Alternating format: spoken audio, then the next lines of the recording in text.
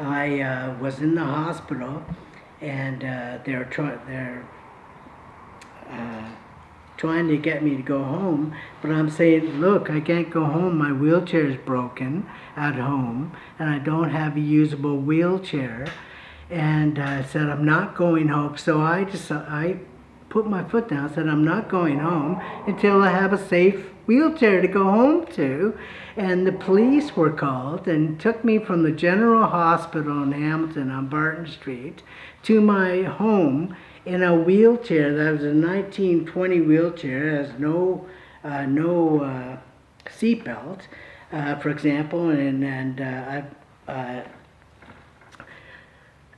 I fell 3 times trying to get into bed from it, to transfer from this chair to bed. I fell 3 times. I had to call the ambulance to pick me up because I can't get up myself.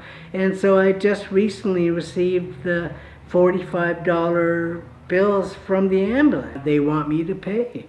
And so I'm in the process of fighting that and seeing who. I've spoken to ODSP, which I'm now on because Ford cut the basic income, which gave me dignity. The first time since I've been in a wheelchair was afforded dignity by the system, and it was taken again. This is what goes on. I just spent 2 days in bed because the back casters broke on my wheelchair as I was going into bed, and so they fell off the whole rig. That it's like one piece that the 2 back tires and front tires are adhered to. The ambulance was called by a friend, and then the city took my dogs and cats and took me to the hospital, and I was stuck there for 4 days while we had a